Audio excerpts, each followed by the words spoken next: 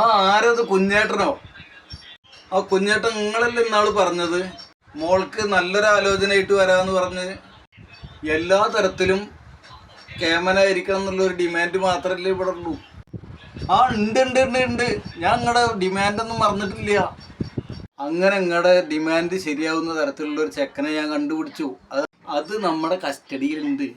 നിങ്ങളുടെ ഭാഗ്യം തന്നെയല്ലേ പറയണ്ടുള്ളൂ. നിങ്ങളുടെ ഡിമാൻഡുകൾ ഞാൻ പറയാം. എല്ലാ തരത്തിലും കേമൻ, ആളുടെ മുന്നിൽ ശ്രദ്ധ പിടിച്ചു പറ്റിയ ആളാവണം.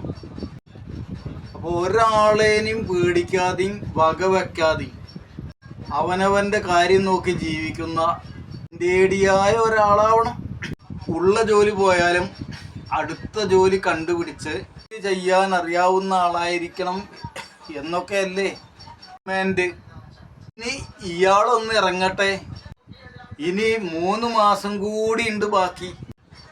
ഞാൻ അയാളെ കൊണ്ടുവരുമ്പോൾ പാലൊഴിച്ച ചായയൊന്നും കൊടുക്കരുത് കേട്ടോ. ചെക്കൻ കട്ടൻ ചായയും കട്ടൻ കാപ്പിയൊക്കെ കുടിക്കുള്ളൂ. കട്ടൻ ചായയുടെ കളറുള്ള ജ്യൂസായാലും കുഴപ്പമില്ല, അങ്ങനത്തെ കളറുള്ള മൂപ്പര് കുടിക്കും.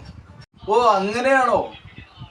ഓ അപ്പോൾ പാലിൻ്റെ വില കൂടി മനസ്സിലാക്കിയിട്ടേ ജീവിക്കൂ എന്നർത്ഥം അല്ലേ?